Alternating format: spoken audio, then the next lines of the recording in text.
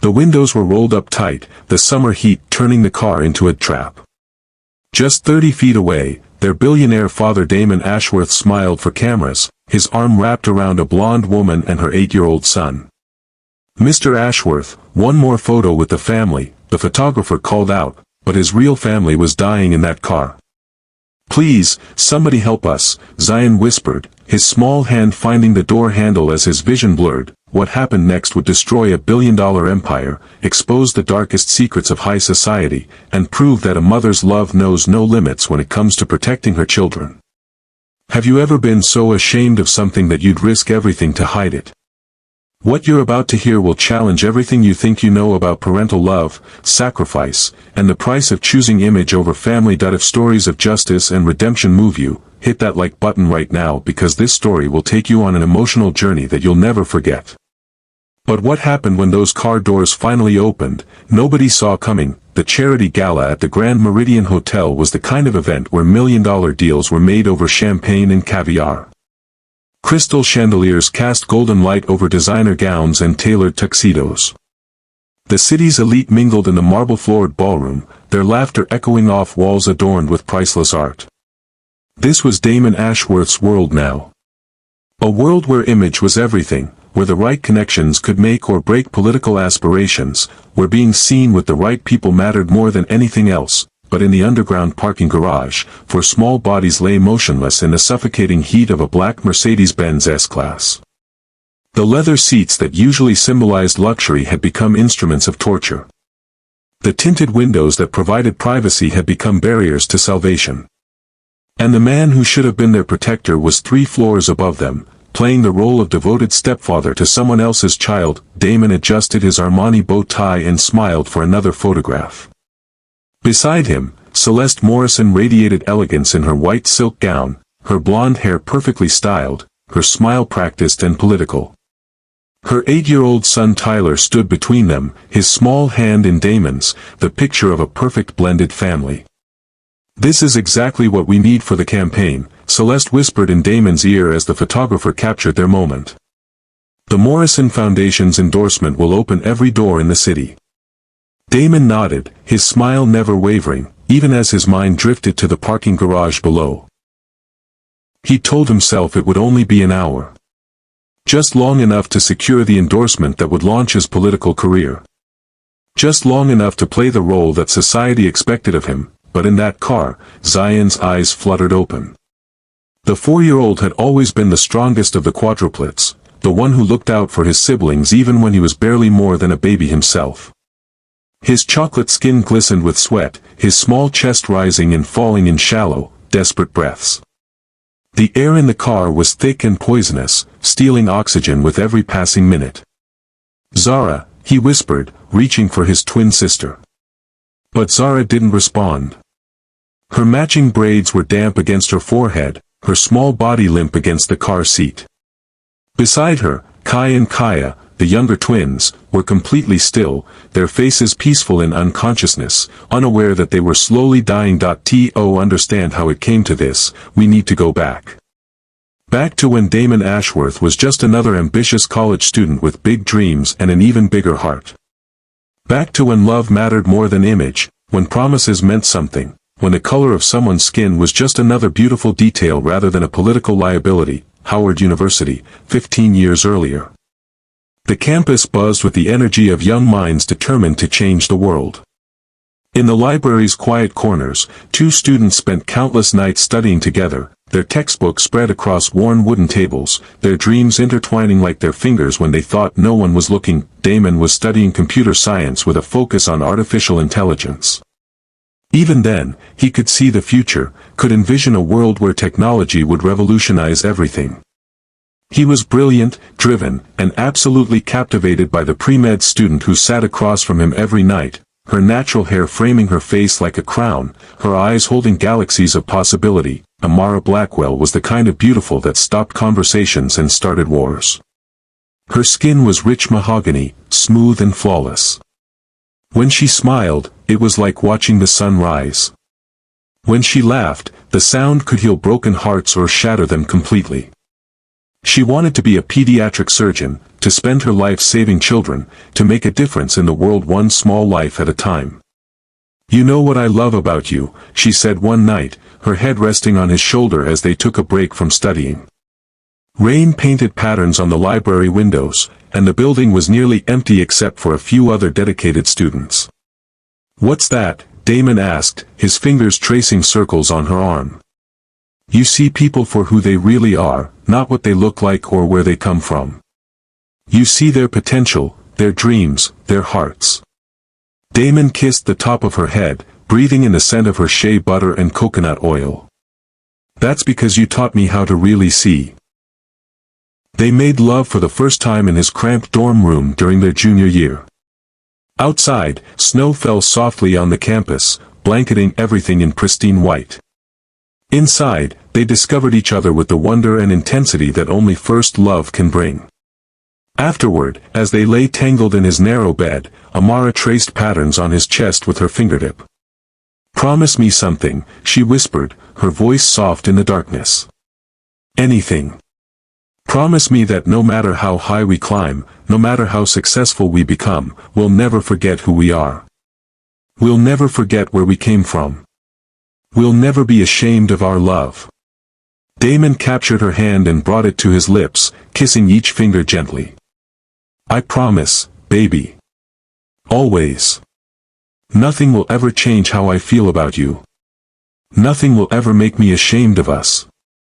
But promises, like hearts, are fragile things. And success has a way of changing people in ways they never expect." After graduation, Damon's tech company, Ashworth Innovations, exploded onto the scene like a meteor. His artificial intelligence software revolutionized data analysis for Fortune 500 companies. Investors threw money at him faster than he could count it. Magazine covers featured his face alongside headlines about the young genius changing the world.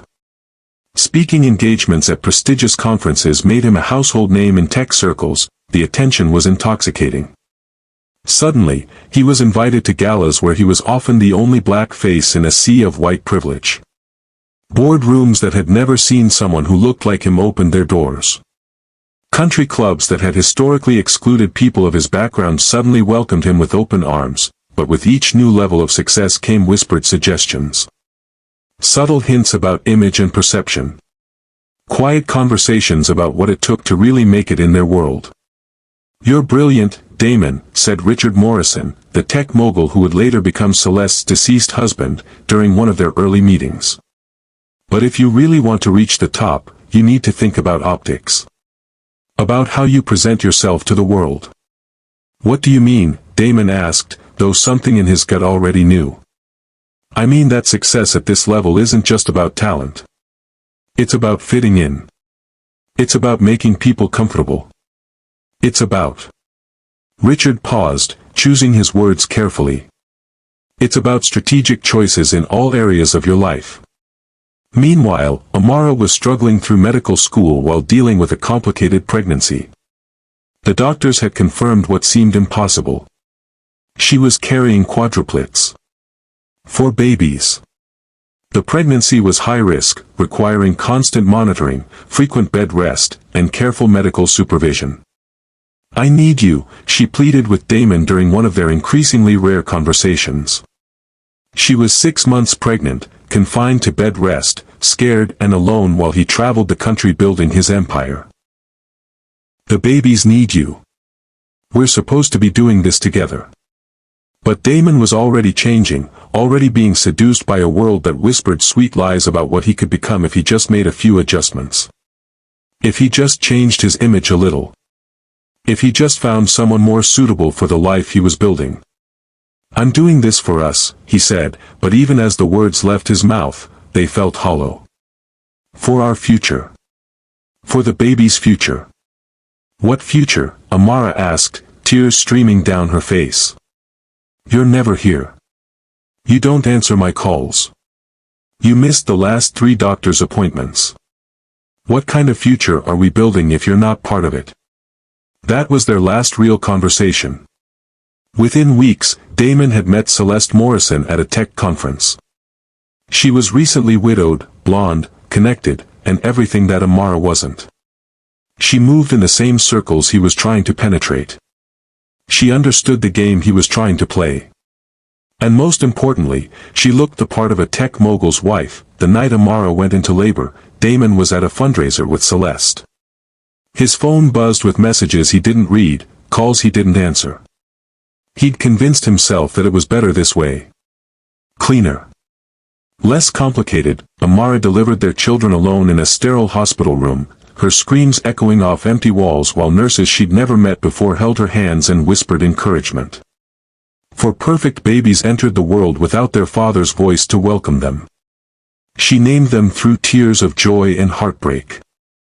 Zion, meaning highest point. Zara, meaning blooming flower. Kai, meaning ocean. And Kaya, meaning earth. 4 pieces of her heart that would have to be enough. For the next 4 years, Amara raised the children alone while completing her medical residency in Atlanta. She worked 18-hour days at the hospital, then came home to 4 toddlers who needed everything from her. She was exhausted, overwhelmed, and heartbroken, but she never let her children see her pain. To them, she was everything. Mother, father, protector, provider. Damon, meanwhile, built his relationship with Celeste and her son Tyler. He played the role of devoted stepfather, attending Tyler's soccer games, helping with homework, taking family vacations to places he'd once dreamed of visiting with Amara and their children.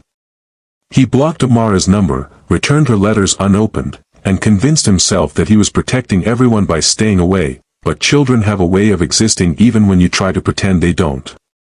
And secrets have a way of surfacing at the worst possible moments. The charity gala was supposed to be Damon's crowning achievement. The Morrison Foundation, now run by Celeste, was endorsing his run for city council.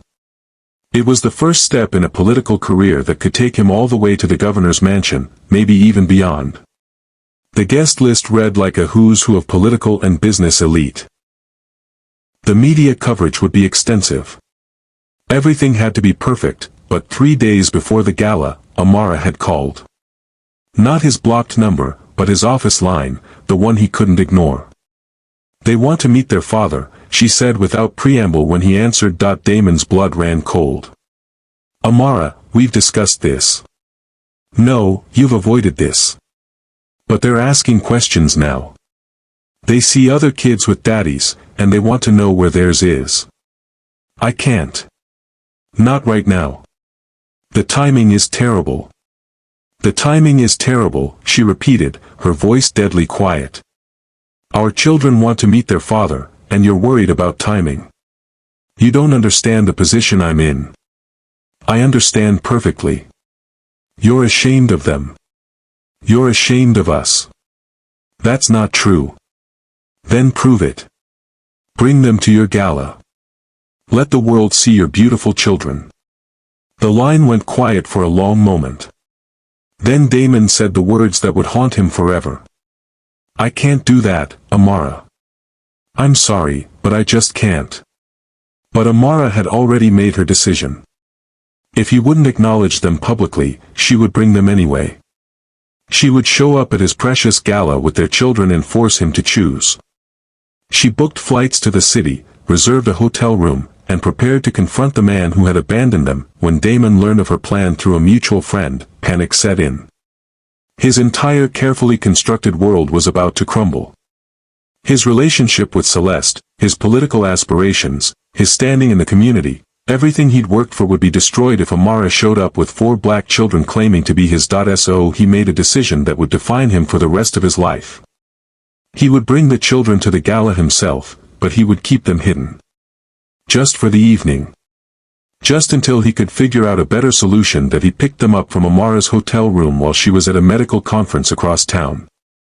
The children were excited to finally meet their daddy, dressed in their best clothes, chattering excitedly about the fancy party they were going to attend. "Are we really going to see Daddy's work?" Zion asked, his eyes bright with anticipation. "Yes," Damon said, his throat tight with guilt. "But it's going to be a surprise, okay? You have to wait in the car for a little while first." "How long?" Kaya asked, bouncing in her car seat. "Not long, baby girl." Daddy just has to take care of some business first. But as they pulled into the hotel's underground parking garage, Damon's resolve wavered. He looked at his children in the rearview mirror, their faces so trusting, so full of love for the father they barely knew. For a moment, he almost changed his mind. Almost took them upstairs to meet Celeste, to face whatever consequences came, but then his phone buzzed with a text from Celeste. "The photographer is here. We need those family photos for the campaign. Where are you?" And Damon made the choice that would destroy everything. "I need you to wait here for just a little while," he told the children as he parked in a secluded corner of the garage. "Daddy has to go upstairs for a meeting, but I'll be right back." "Can't we come with you?" Zara asked. "Not this time, sweetheart. But I promise I'll be back soon." He rolled up the windows, turned off the engine, and walked away from his children. Behind him, four small voices called out, "Bye, Daddy," and "We love you, Daddy," and "Come back soon, Daddy." He never looked back. Upstairs, the gala was in full swing. Damon slipped into his role as the successful tech mogul, the devoted partner to Celeste, the loving stepfather to Tyler. He smiled for photographs, shook hands with potential donors, and gave a speech about his vision for the city's future. "Family is everything," he said to the crowd, his arm around Celeste's waist. "It's the foundation upon which we build our dreams, our hopes, our legacy." The audience applauded, but the words felt like ash in his mouth. That I in the parking garage, the temperature was rising. The summer heat pressed against the car's metal frame like a furnace.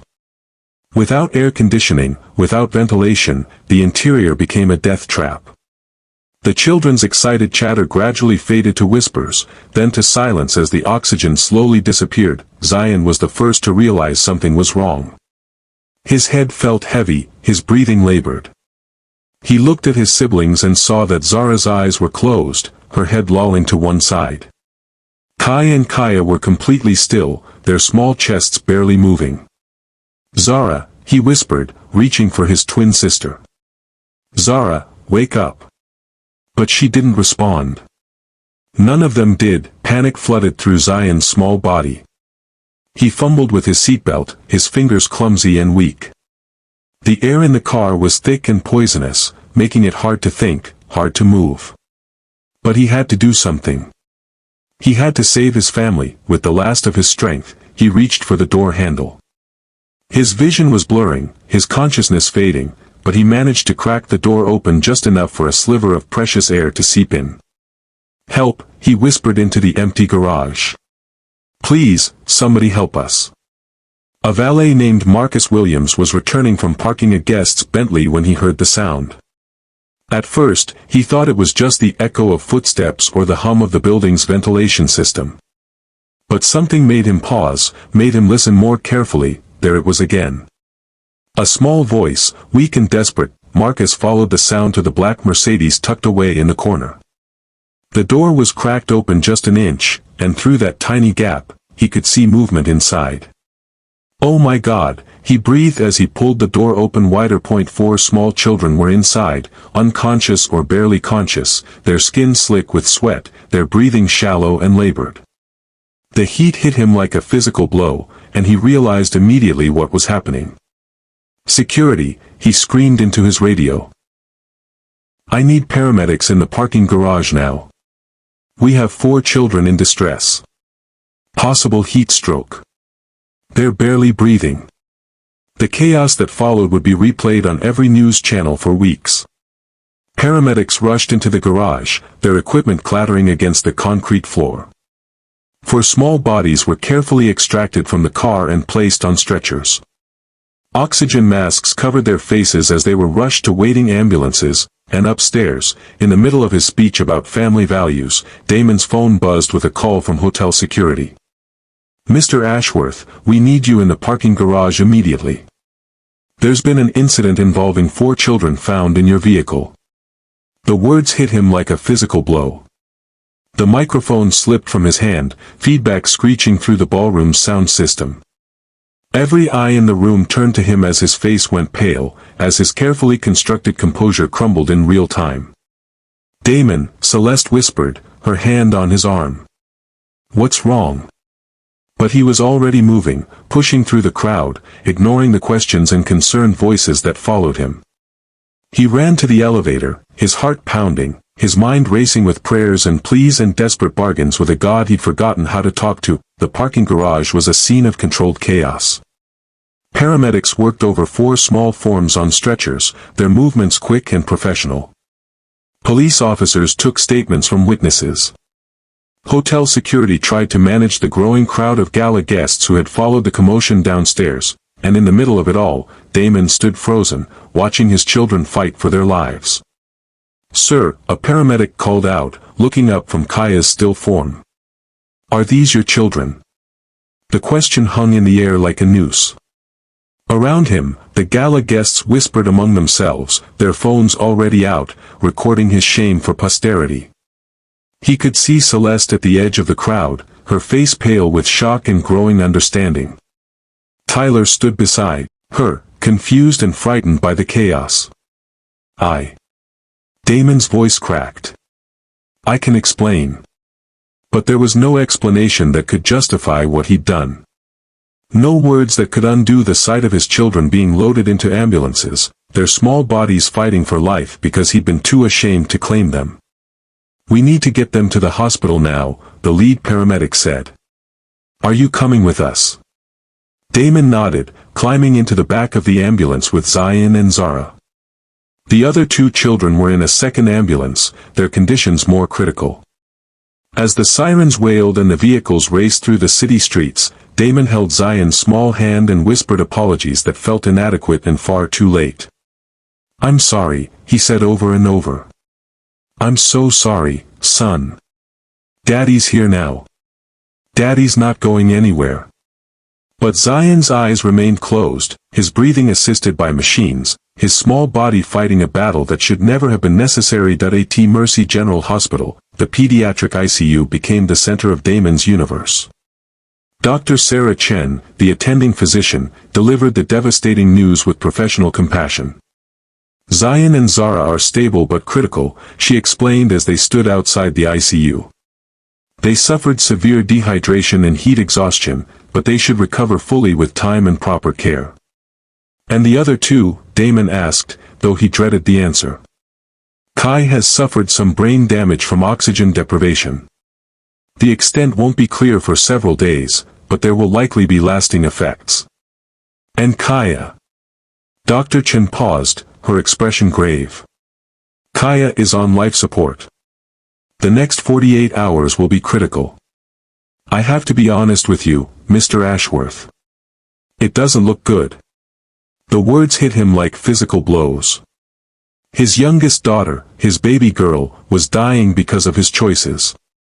Because he'd been too much of a coward to love his children publicly. "Where is their mother?" Dr. Chen asked gently. "The children have been asking for her." Damon's throat closed. He hadn't spoken to Amara in months, had blocked her number, returned her letters unopened. He'd convinced himself it was better this way, cleaner. But now, faced with the possibility of losing his children, he realized how wrong he'd been about everything.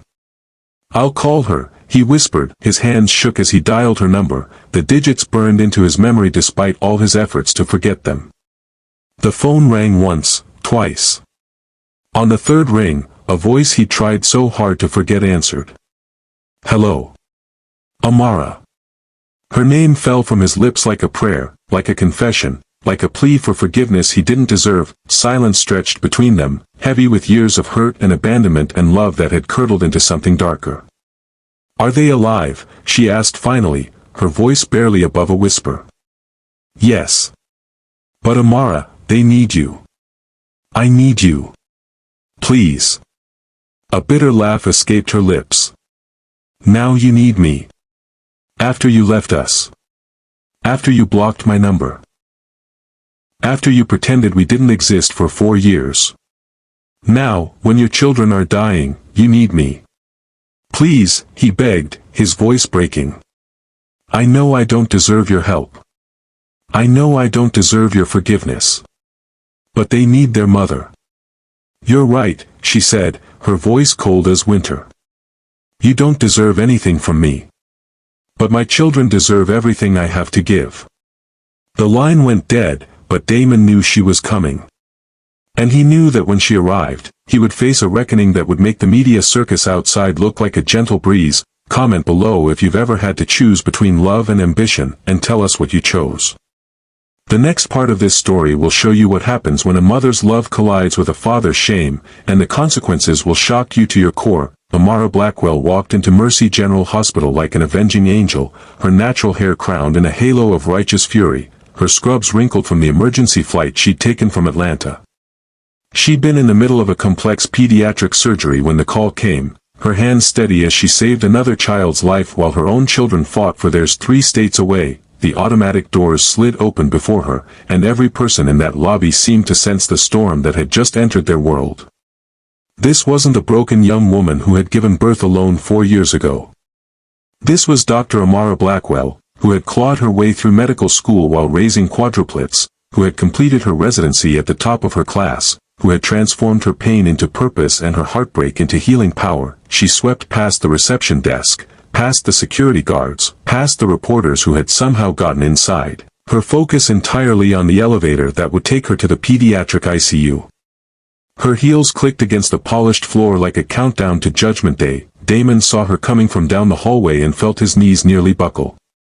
She was more beautiful than he remembered, but it was a different kind of beauty now. This was the beauty of a woman who had been forged in fire, who had survived abandonment and betrayal and emerged stronger than steel.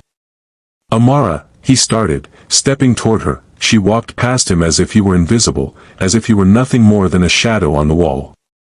Her entire being was focused on the 4 small beds in the ICU, on the children who had been calling for her while their father played politics upstairs. "Mama's here," she whispered, her hands gentle on Zion's forehead. "Mama's here now, baby." Zion's eyes fluttered open at the sound of her voice, and despite the oxygen mask covering his small features, Damon could see him trying to smile. The boy's hand reached weakly for his mother, and Amara caught it, bringing it to her lips. "I'm here, sweetheart. Mama's not going anywhere." She moved to each bed with the practiced efficiency of a doctor and the fierce tenderness of a mother. She checked Zara's vitals, whispered encouragement to Kai, and finally stopped at Kaya's bedside. The youngest of her children lay still as death, machines breathing for her, monitors tracking every fragile heartbeat.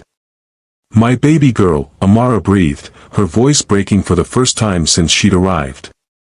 "Mama's here. You fight, you hear me?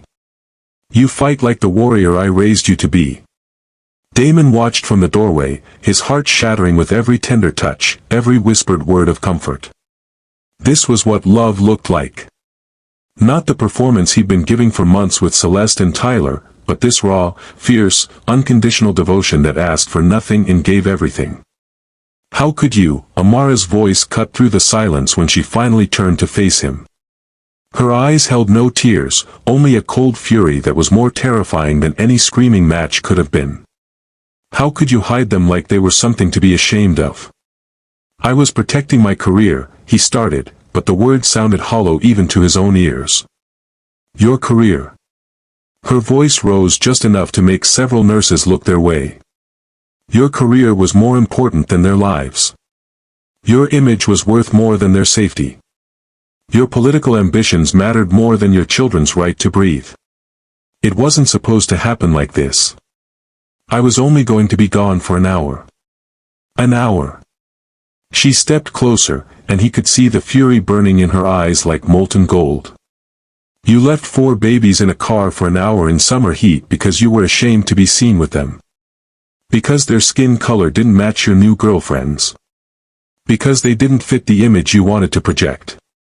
"Amara, please, let me explain." "Explain what?" "Explain how you abandoned us when I was pregnant and scared.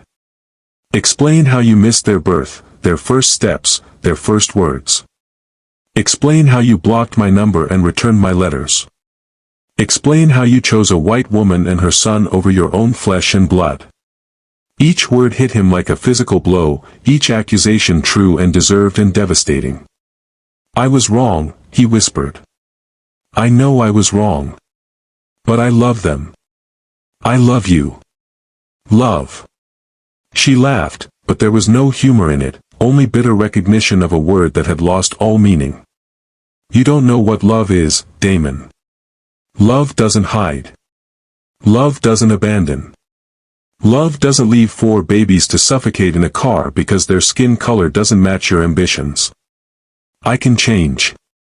I can be better. For who? For them. Or for your next campaign when you need to look like a devoted father. He had no answer because they both knew the truth. Even now, even with his children fighting for their lives, part of his mind was calculating the political damage, wondering how to spin this tragedy into something manageable. The media storm outside was relentless. Hashtag Damon Ashworth trended worldwide, but not for the reasons he'd always dreamed. Photos of his children being carried from that car were everywhere, alongside images of him posing with Celeste and Tyler just moments before. The contrast was devastating. The perfect family photo next to 4 small bodies on stretchers. His company's stock plummeted overnight. Board members called emergency meetings. Political endorsements evaporated like morning mist. The Morrison Foundation issued a statement distancing themselves from him, and Celeste's lawyer served him with a restraining order before the sun rose, but none of that mattered compared to the sight of Kaya's still form in that hospital bed. Days blended into nights in the ICU. Amara never left, sleeping in the uncomfortable chair beside Kaya's bed, eating whatever the nurses brought her, her entire world reduced to the rhythm of machines keeping her daughter alive. She spoke to the doctors in medical terminology that impressed even the attending physicians. She advocated for her children with the fierce intelligence of someone who understood exactly what was happening and refused to accept anything less than the best care possible. Damon tried to stay, tried to help, but Amara's silence was more devastating than any screaming match could have been. She spoke to the doctors, to the nurses, to her other children when they were awake enough to listen. But to him, she said nothing. He had become invisible to her, a ghost haunting the edges of a family he had abandoned. On the 7th day, Kaya's eyes opened. Mama, the word was barely a whisper, but it was everything. Amara sobbed, her forehead pressed against her daughter's tiny hand. I'm here, baby. Mama's here. You're going to be okay. You're all going to be okay. Kaya's recovery was slow but steady. The brain damage would require years of therapy, but she was alive, she was fighting, she was going to make it. Kai's injuries were more severe, affecting his speech and motor skills, but his spirit remained unbroken. Zion and Zara recovered quickly, their young bodies resilient and strong, but the emotional scars would last much longer. Why did Daddy leave us in the car? Zara asked one afternoon when she was feeling better. Didn't he want us at his party? Amara's heart broke all over again. How do you explain to a 4-year-old that her father was ashamed of her existence? How do you tell a child that the person who should love her most in the world chose his image over her life? Daddy made a very bad choice, she said carefully. But that's not your fault. That's not any of your fault. You are perfect and beautiful and worthy of love, and anyone who can't see that is the one with the problem. 2 weeks later, when the children were stable enough to be moved to a regular room, Amara finally spoke to Damon. Not with words, but with action. She handed him a manila envelope, her expression carved from stone. What is this? He asked, though part of him already knew. Custody papers. I'm taking them home to Atlanta. You'll have supervised visitation rights, if you want them. Amara, please. Let me explain. Let me make this right. Make it right. Her voice was deadly quiet. How exactly do you plan to make this right, Damon? Are you going to undo the brain damage Kai suffered? Are you going to erase the trauma they'll carry for the rest of their lives? Are you going to bring back the childhood innocence you stole from them? I'll do whatever it takes. I'll go to therapy. I'll change my life. I'll put them first. You had 4 years to put them first. 4 years to be their father. 4 years to choose love over ambition. And what did you choose? You chose her. You chose your career. You chose your image. You chose everything except them. I was scared, he admitted, the words torn from somewhere deep inside him. I was scared of losing everything I'd worked for. And now you've lost everything that actually mattered. She stepped closer, and he could see the fury and pain and disappointment burning in her eyes. You were so afraid of losing your fake life that you nearly lost your real children. You were so worried about what other people would think that you forgot to think about what your actions would do to 4 innocent babies who loved you unconditionally. I know. I know I was wrong. But please, don't take them away from me. They're all I have left. They're all you have left. She stared at him in disbelief. They were all you ever had, Damon. They were your everything from the moment they were born. But you threw them away for a woman who dropped you the second things got complicated. You traded your children for a political career that's now over before it started. You chose shame over love, and now you want me to feel sorry for you. What do you want from me? He asked desperately. She studied him for a long moment, this man who had once been her everything, now reduced to a shadow of his former self. I want you to understand that actions have consequences. That children aren't disposable.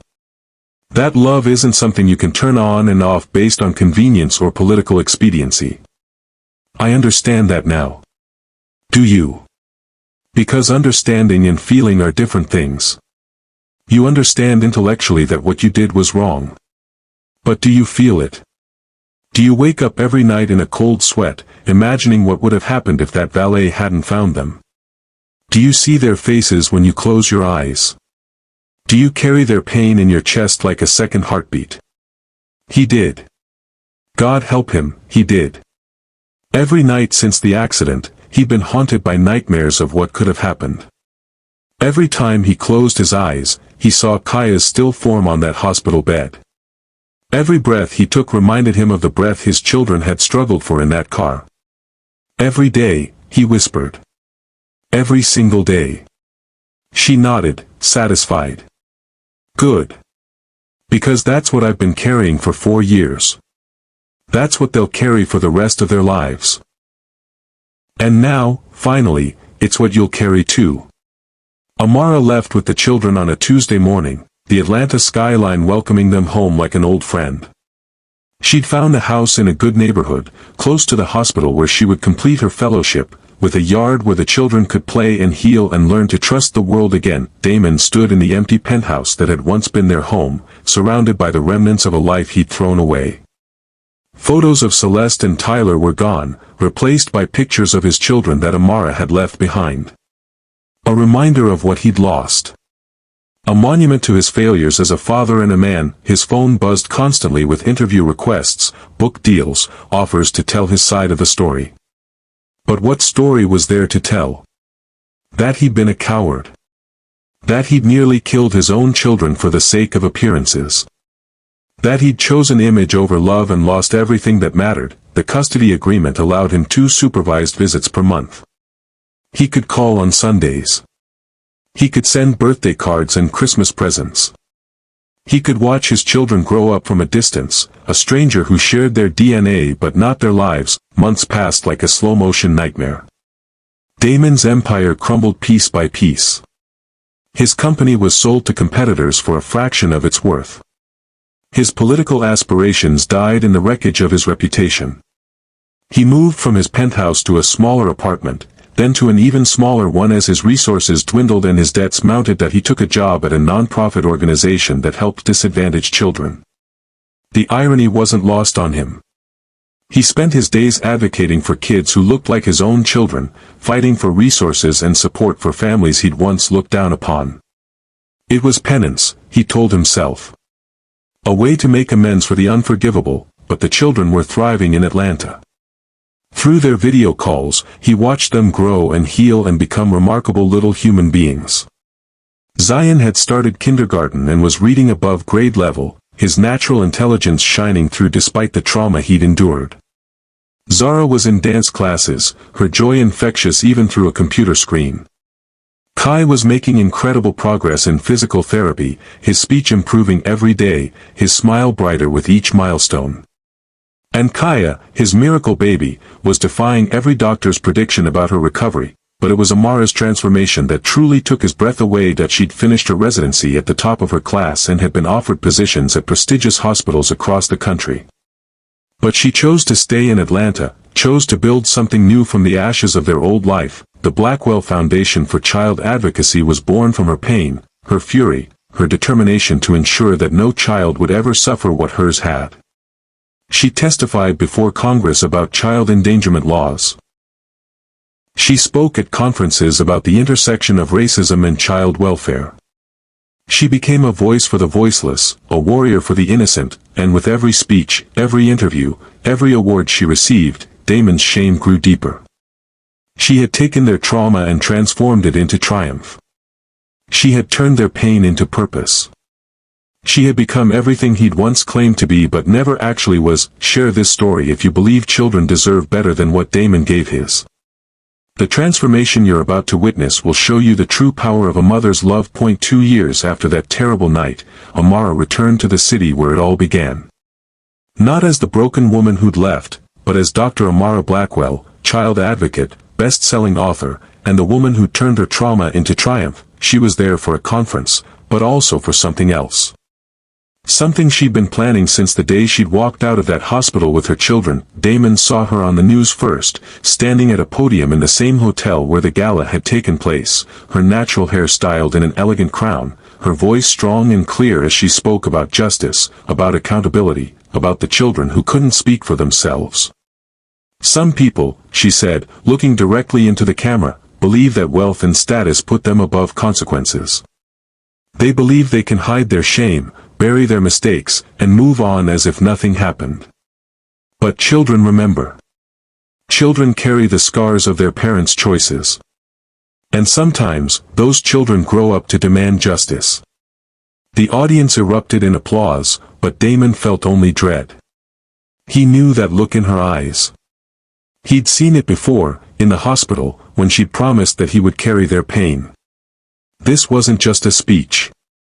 This was a declaration of war. The lawsuit was filed on a Monday morning. Not just against Damon, but against the hotel where the gala was held, the valet company that should have noticed 4 children locked in a car, the security firm that failed to monitor the parking garage. It was comprehensive, devastating, and designed to destroy everyone who had played a role in nearly killing her children, but the real blow came in the form of a documentary. Hidden in plain sight, the Damon Ashworth story premiered at Sundance Film Festival to standing ovations and devastating reviews. Amara had spent 2 years collecting evidence, interviewing witnesses, building a case not just for financial compensation, but for complete and total destruction of the man who'd nearly killed their children. The film showed everything. Hospital footage of 4 small bodies fighting for life. Audio recordings of Damon's panicked phone calls.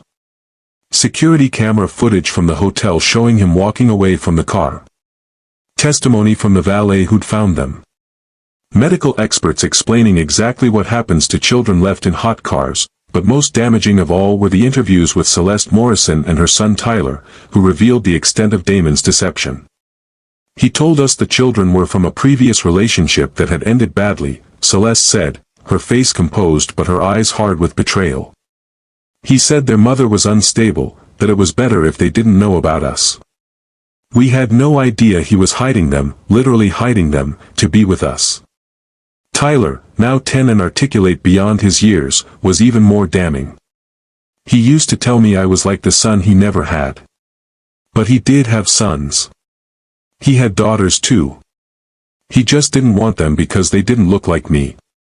The documentary painted a picture of a man so consumed with image and ambition that he was willing to sacrifice his own children for social acceptance. It showed the systemic racism that made successful black men feel they had to choose between their authentic selves and their professional success. But most importantly, it showed the strength of a mother who refused to let her children's suffering be in vain. The premiere was held at the same hotel where the gala had taken place, a deliberate choice that wasn't lost on anyone.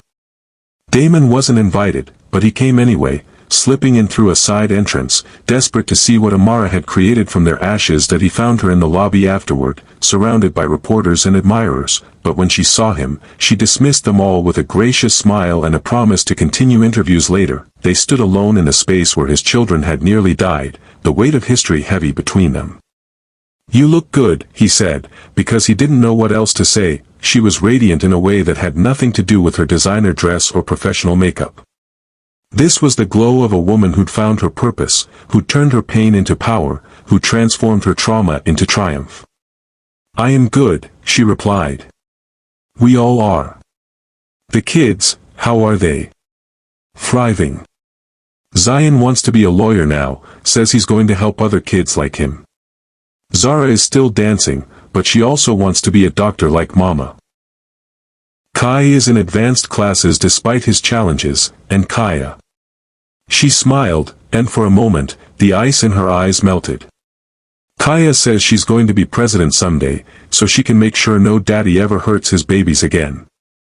The words were a knife to his heart.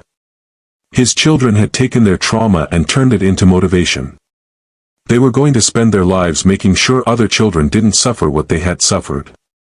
They were going to be the voices for the voiceless, the champions for the innocent. "Amara, you what? You're sorry. You've been sorry for 2 years, Damon. Sorry doesn't undo trauma. Sorry doesn't erase scars. Sorry doesn't bring back the childhood innocence you stole from them." "What do you want from me?" he asked desperately. She studied him for a long moment, this man who'd once been her everything, now reduced to a shadow of his former self. "I want you to understand that this is just the beginning," she said finally. "What you've seen so far, the lawsuit, the documentary, the public humiliation, that's nothing compared to what's coming." "What do you mean?" "I mean that I've spent 2 years building something bigger than revenge. I've built a movement. The Blackwell Act is going to pass, and it's going to change how child endangerment cases are prosecuted. My foundation is going to make sure that every parent who puts their image before their children's safety faces consequences. And my children, the ones you tried to hide, are going to be the faces of that change." She stepped closer, and he could see the fire burning in her eyes. "You wanted to hide them because you were ashamed of them. But they're going to be on magazine covers, speaking at conferences, testifying before Congress. They're going to tell their story to the world, and everyone will know what you did to them. Everyone will know that their father nearly killed them because he was too much of a coward to love them publicly." "Amara, please." "Please what?" "Please stop making sure justice is served.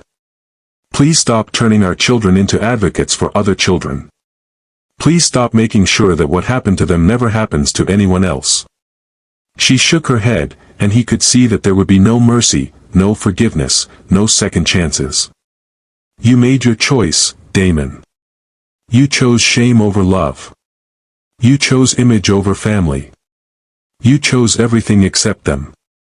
And now they're going to choose to make sure no other child suffers what they suffered." The lawsuit was settled out of court for an undisclosed amount, but the real victory wasn't financial. It was the legislation that followed. The Blackwell Act mandated severe penalties for child endangerment and created a national database to track such cases. It was named after 4 children who had survived the unthinkable and turned their trauma into triumph. Damon's visitation rights were terminated by his own request. He couldn't bear to see the fear in Kaya's eyes when she looked at him, couldn't stand the way Zion flinched when he tried to hug him. He loved them too much to keep hurting them with his presence. Instead, he sent letters they never read, birthday cards they never opened, Christmas presents that were donated to charity unopened.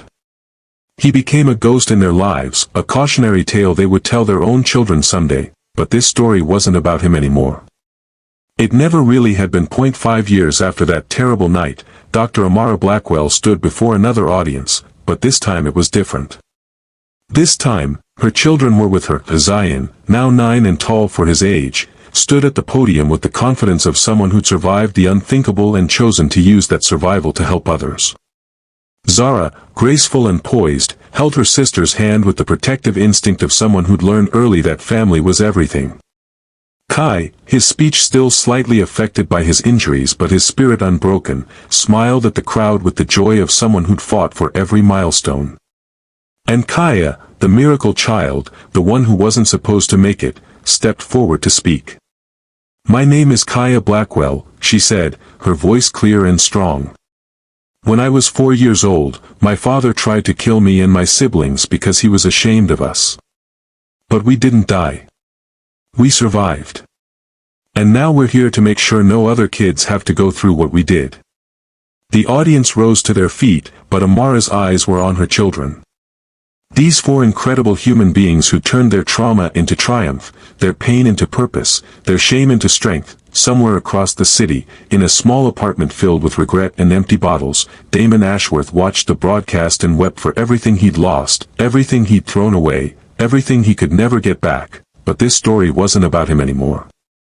It never really had been. This was about 4 children who'd survived the unthinkable, and a mother who'd moved heaven and earth to make sure they not only lived, but thrived. This was about love. Real love, the kind that doesn't hide, doesn't abandon, doesn't choose convenience over commitment. This was about justice, served not hot, but cold and calculated and absolutely devastating. And this was about the truth that Amara had learned in that hospital room, watching her children fight for their lives. Sometimes the best revenge isn't getting even, sometimes the best revenge is getting everything. Like and subscribe if this story moved you, and comment what you learned about the power of a mother's love. Because this is just part 1 of their story.